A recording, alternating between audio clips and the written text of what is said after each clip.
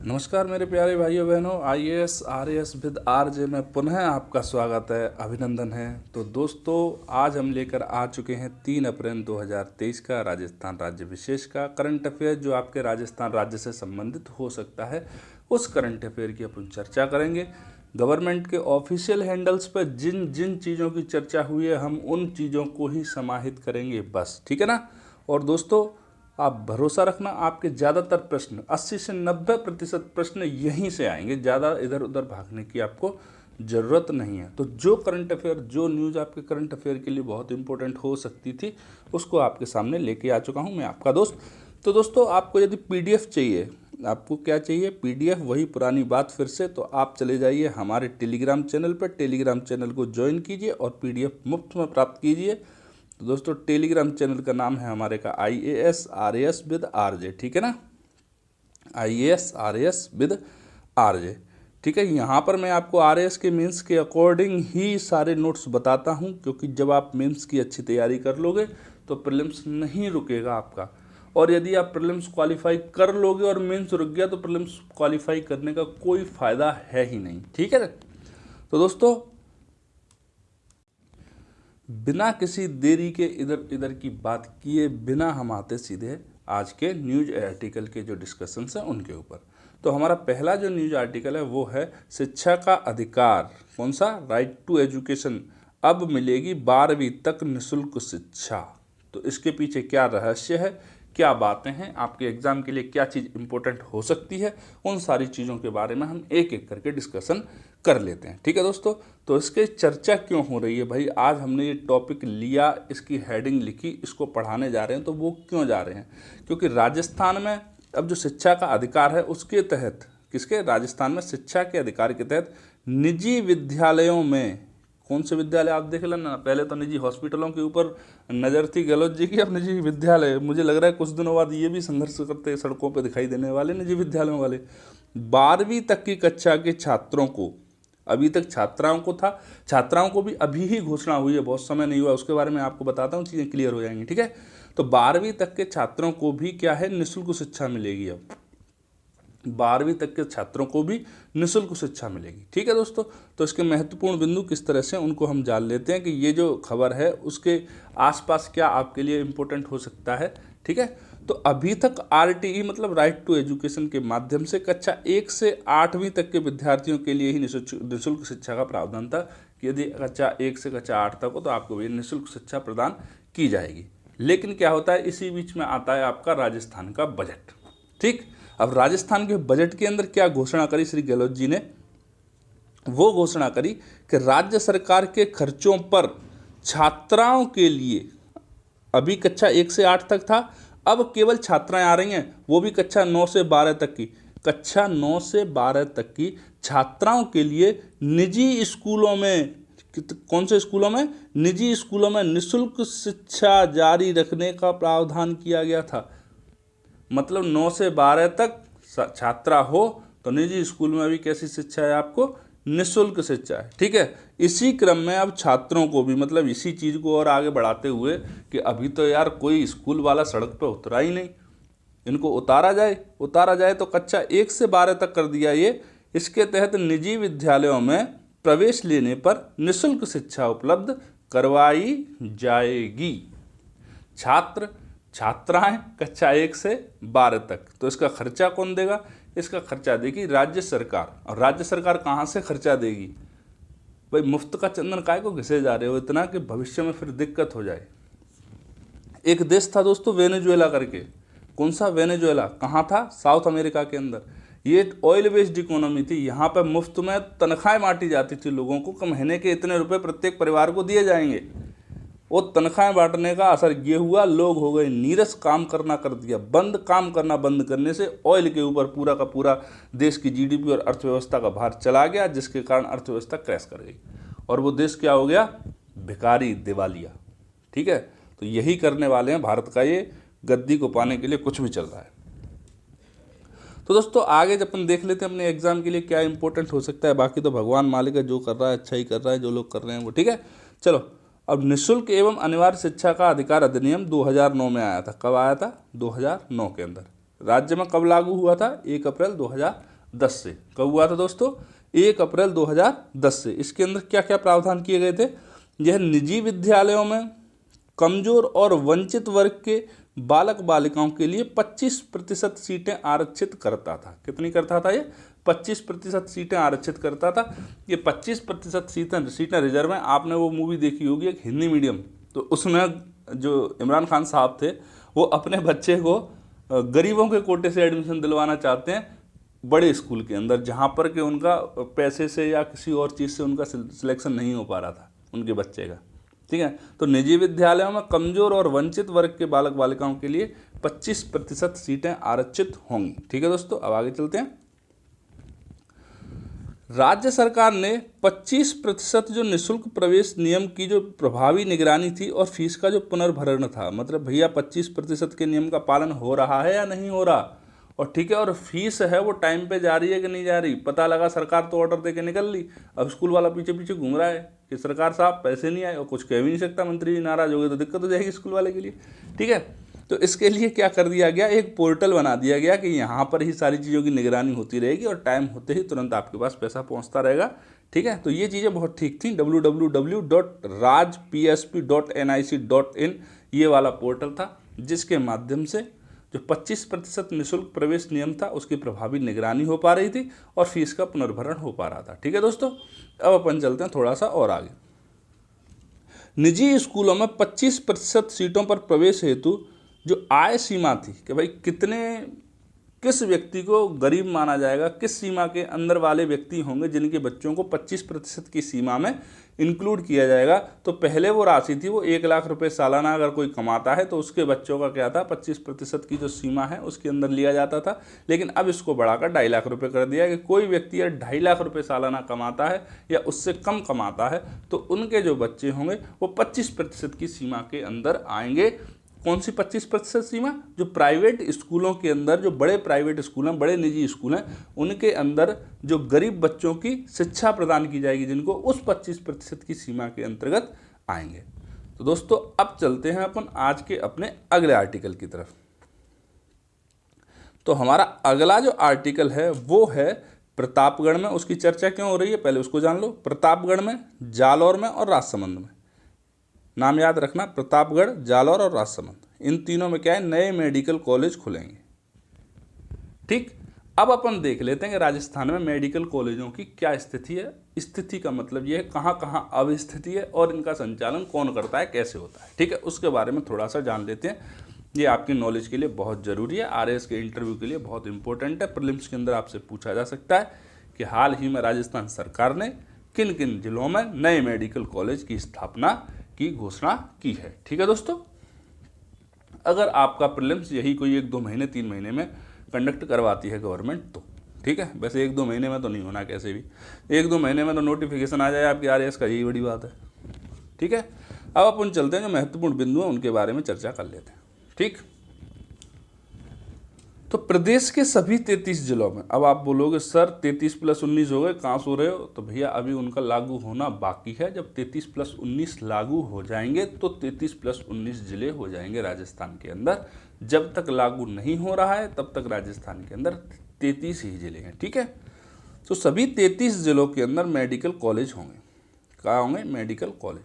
ठीक, इन मेडिकल कॉलेजों में जो श्रीगंगानगर है, चित्तौड़गढ़ है, धौलपुर है और सिरोही है, उनके अंदर शैक्षणिक सत्र 2022-23 में प्रारंभ कर दिया गया है। ठीक, इस फैक्ट को भी आप याद कर लेना। ये 2 फैक्ट बहुत इंपॉर्टेंट है आपके लिए, याद कर लेना। एक तो ये वाला और एक ये वाला, नए कॉलेजों की घोषणा कहाँ हुई है, एक ये वाला, और कौन कौन से में हाल ही में सत्र प्रारंभ हुआ है, ये वाला। ये 2 अभी इसमें पूरे में इंपॉर्टेंट है आपके लिए, और अपन आगे चलेंगे, जो चीज़ इंपॉर्टेंट होगी उसको अपन बताते चलेंगे। ठीक है, तो दोस्तों जयपुर, जोधपुर, उदयपुर, कोटा, बीकानेर, भरतपुर, अजमेर, झालावाड़, बाड़मेर, भीलवाड़ा, चूरू, डूंगरपुर, पाली और सीकर, ये ऐसे जिले हैं जहां पर पहले से ही संचालित हैं मेडिकल कॉलेज। ठीक है, इन सारे जिलों के अंदर पहले से संचालित है मेडिकल कॉलेज ऑलरेडी संचालित है। ठीक है, अब देखो 3 ये, 4 ये और कुछ 15, 16, 17 ये, तो इनके अलावा जो भी जिले बचे उनके अंदर घोषणा तो हो चुकी है मेडिकल कॉलेज की पहले ही, लेकिन अभी क्या है, निर्माणाधीन है। वो कैसे निर्माणाधीन, उनके वहाँ पर इंफ्रास्ट्रक्चर का डेवलपमेंट किया जा रहा है। ठीक है, तो आगे देखते हैं अपन। ये सभी कॉलेज जो हैं वो राजमैस के अधीन संचालित होते हैं। ये आपके प्रीलिम्स के लिए बहुत इंपॉर्टेंट आ गया। फिर से राजमैस के बारे में पूछ सकते हैं, 100% पूछेंगे ही पूछेंगे। अब आप बोलोगे सर इतना कॉन्फिडेंट कैसे हो आप? तो दोस्तों, डॉक्टर हैं सड़कों पर, मेडिकल कॉलेज हैं चर्चा में, तो इनको संचालित करने वाली संस्था के बारे में पूछेंगे ही पूछेंगे, ज़्यादा कुछ नहीं पूछेंगे। तो ये तो पूछ ही लेंगे आपको कि राजस्थान के अंदर निम्नलिखित में से कौन सी संस्था मेडिकल कॉलेजों का संचालन करती है, ये तो पूछ ही लेंगे। या इसका मुख्यालय कहाँ है, ये पूछ लेंगे आपसे। ठीक है, फिर आप भटक जाओगे। अब अपन राजमैस के बारे में जान लेते हैं। राजमैस के बारे में बहुत ज़्यादा चर्चाएं तो नहीं है, 1-2 लाइन है, उसको आप याद रख लेना, आराम से याद रह जाएगी आपको। तो इसका जो मुख्यालय है वो है आपका जयपुर के अंदर। ठीक है दोस्तों, कहाँ है? जयपुर के अंदर। ये क्या करती है? मेडिकल कॉलेजों का संचालन करती है। ठीक है, इसका काम क्या है? मेडिकल कॉलेजों का संचालन करना। जो राजमैस जो है वो रजिस्ट्रार ऑफ सोसाइटी के अंतर्गत पंजीकृत है। ठीक है, अगर 20 शब्दों में आपसे पूछ लिया 2 अंकों का, तो उसके लिए याद रखना ये रजिस्ट्रार ऑफ सोसाइटीज के अंतर्गत पंजीकृत है। मेरे आरएस वाले भाइयों बहनों, ध्यान से सुन लो। आगे अपन इस तरह से चलते हैं दोस्तों। ये आ गया आपके पीटी स्पेसिफिक। ठीक है, प्रीलिम्स स्पेशल, यहाँ से मेंस का कोई प्रश्न नहीं बनेगा। और प्रीलिम्स का पूछेंगे तो वो भी मैं बता देता हूँ आपको कहाँ से पूछेंगे, इन लाइनों में से। ठीक है, तो सलीम दुरानी जी का निधन हो गया है। अब आप बोलोगे सर ये सलीम दुरानी जी कौन है? तो दोस्तों ये थे अपने भूतपूर्व क्रिकेटर। कौन है? क्रिकेटर।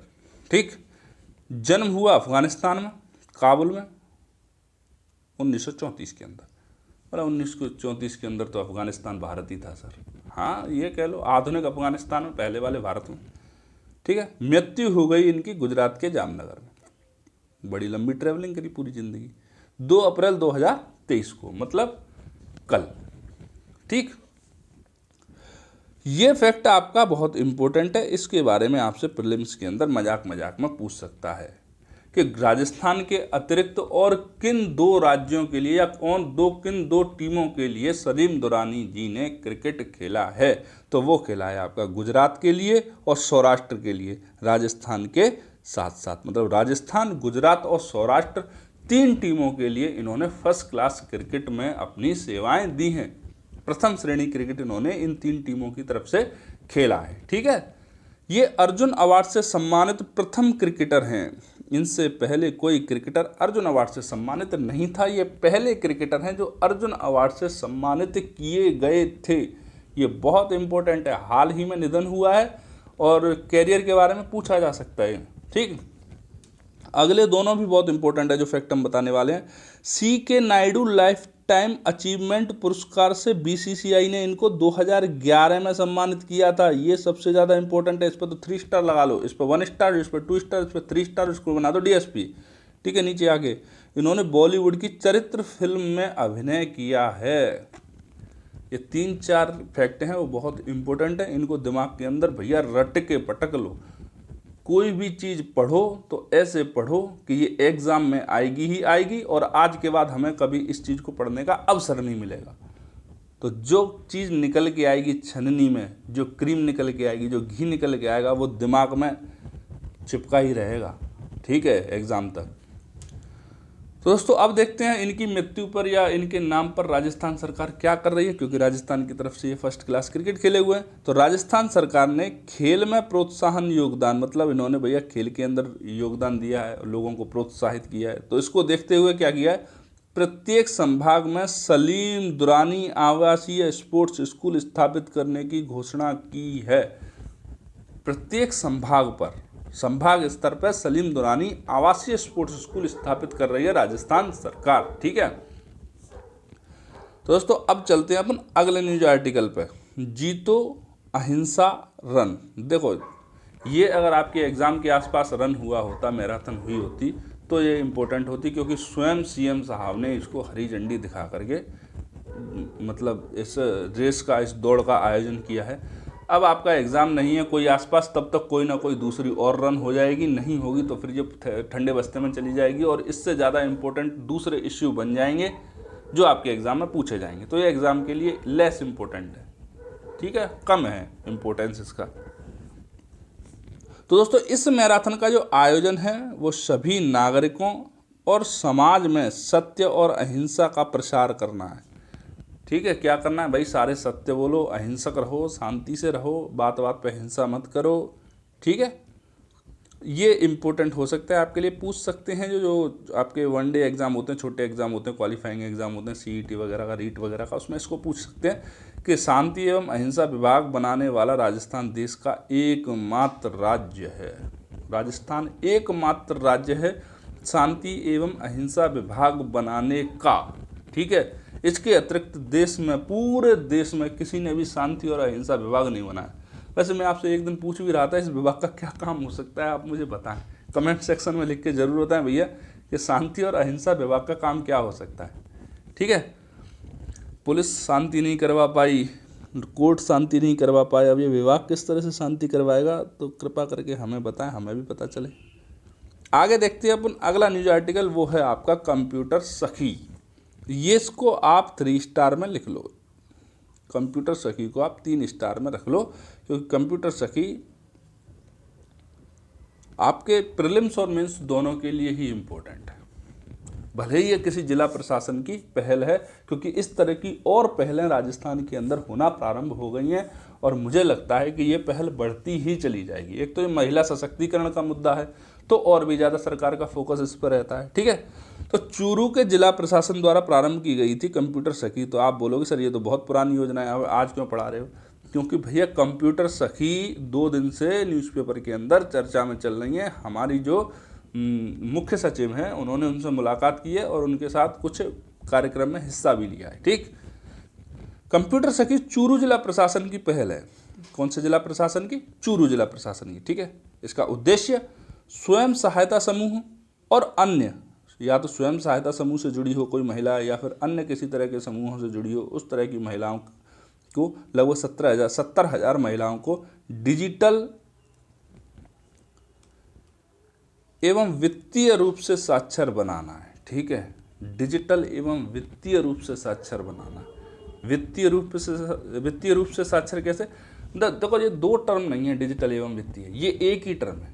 जो डिजिटलीकरण का अपना दौर है, जैसे अपना वित्तीय समावेशन हो रहा है, जैसे कि अपन जो यूपीआई का इस्तेमाल करते हैं वो आपसे डिजिटलीकरण ही है, वो डिजिटल वित्त है, ठीक है।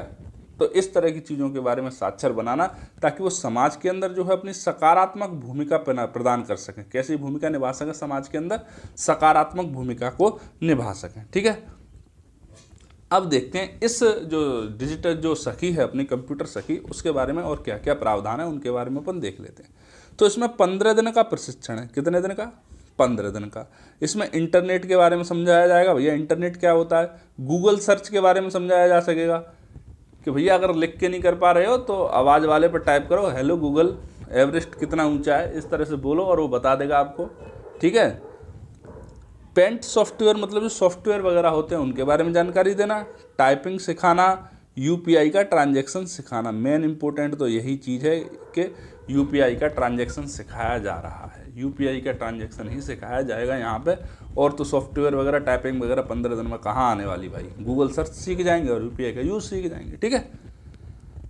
अब आगे देखते हैं जिला प्रशासन की इस पहल को सूचना प्रौद्योगिकी में राजस्थान स्टेट सर्टिफिकेट कोर्स, ये कोर्स होता है राजस्थान स्टेट का सर्टिफिकेट कोर्स होता है सूचना प्रौद्योगिकी के अंदर, वो उसका प्रमाण पत्र प्रदान किया जाएगा। भैया इन लोगों ने क्या किया, भाई जिला प्रशासन के लोगों ने, कि भैया राज्य सरकार को भेजी चीज़ें कि भाई आप इसको करो, हमने इन लोगों को इतना सिखा दिया कि आप इनको सर्टिफिकेट दे सकते हैं। तो इन्होंने जो रिक्वेस्ट भेजी थी, ऐसा नहीं ऑर्डर भेजा था, जो रिक्वेस्ट भेजी थी उसको राज्य सरकार के ने मान लिया कि ठीक है भाई इनको प्रमाण पत्र दे दिया जाएगा। ये बहुत अच्छी पहल है, इससे और भी महिलाएं प्रोत्साहित होंगी, प्रोत्साहित होकर क्या करेंगे, वो डिजिटलीकरण की तरफ बढ़ेंगी, डिजिटलीकरण से जुड़ेंगी और महिला सशक्तिकरण का जो लक्ष्य है राजस्थान सरकार का वो प्राप्त होगा कहीं ना कहीं, ठीक है।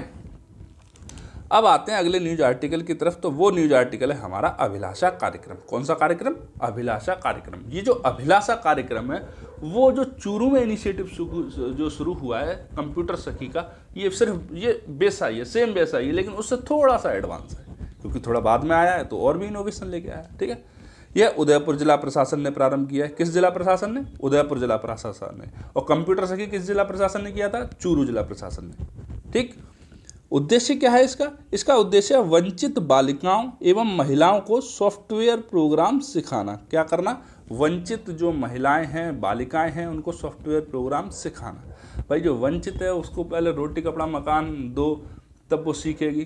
तो उदयपुर जिला प्रशासन ने कहा कि उस चीज़ की आप टेंशन ना लो, आपको रोटी भी देंगे, कपड़ा भी देंगे, मकान भी देंगे, कंप्यूटर भी देंगे, सिखाएंगे भी, आप तो सीखो आकर। ठीक है, तो इसलिए अपन महत्वपूर्ण बिंदुओं के बारे में जान लेते हैं। ये कंप्यूटर सखी से ज़्यादा इंपॉर्टेंट अभिलाषा कार्यक्रम है, लेकिन दोनों ही वैसे तो इक्वली हैं क्योंकि मुझे पता है अब कोई ना कोई दूसरा जिला भी इस तरह का कार्य शुरू करेगा ही करेगा। ठीक है, तो दोस्तों इसके लिए जो योग्यता है वो है आप न्यूनतम 10वीं पास होनी चाहिए। भाई आपको कंप्यूटर की भाषा तो समझ में आनी चाहिए, कंप्यूटर कहना क्या चाह रहा है, कंप्यूटर के ऊपर कीबोर्ड ABCDEF लगे हैं, स्विफ्ट दबाना है, कैप्स लॉक दबाना है, क्या करना है वो आपकी समझ में तो आना चाहिए। ठीक है, 28 वर्ष से कम की युवती हो या फिर महिला हो, 28 वर्ष उम्र हो या 28 से जितना भी कम हो सकती है। किसी ने 14 वर्ष की आयु में 10वीं कर ली तो भैया वो पहुंच सकती है, वो अभिलाषा कार्यक्रम से बच्ची जुड़ सकती है। कोई 28 वर्ष की है, इसकी पढ़ाई वढ़ाई पहले छूट गई थी, वो भी जुड़ सकती है, लेकिन 28 वर्ष से ऊपर के लोग इससे नहीं जुड़ सकते। ठीक है, 15 महीने का निःशुल्क कार्यक्रम। आवासीय कोडिंग प्रशिक्षण दिया जाएगा। आवासीय मतलब आप वहीं रहो, रोटी कपड़ा मकान की टेंशन खत्म, आप तो सिर्फ कोडिंग सीखो। जब आप कोडिंग सीख जाओगे तो आप अपने साथ साथ अपने परिवार की दरिद्रता भी दूर कर दोगे। ठीक है दोस्तों, यह प्रोग्राम जो है वो जिला प्रशासन, नव गुरुकुल संस्थान, विभा भवन सोसाइटी, गायत्री देवी संस्थान, इन सब ने मिलकर प्रारंभ किया, इन सब ने तत्वाधान में प्रारंभ किया गया है। तो दोस्तों आज का हमारा न्यूज आर्टिकल डिस्कशन ये होता है यहीं पर समाप्त। तो जाने से पहले मैं आपसे कहूँगा भैया आप चैनल को लाइक करें, शेयर करें, सब्सक्राइब करें, आप अपने दोस्तों तक चैनल को पहुँचाएँ। चैनल अभी नया है तो इसकी रीच कम है, आपका सहयोग रहेगा तो रीच भी बढ़ेगी। ठीक है, और आप लेक्चर की क्वालिटी पे बिल्कुल भी डाउट नहीं करो, बिल्कुल आप पूरा भरोसा कर सकते हो। 70 से 80% या कहें तो 80 से ज़्यादा करंट अफेयर जो है प्रीलिम्स और मेंस के अंदर आपके लेक्चरों से ही आएंगे। ठीक है दोस्तों, तो मिलते हैं आपसे नए वीडियो में, तब तक के लिए जय हिंद, जय भारत।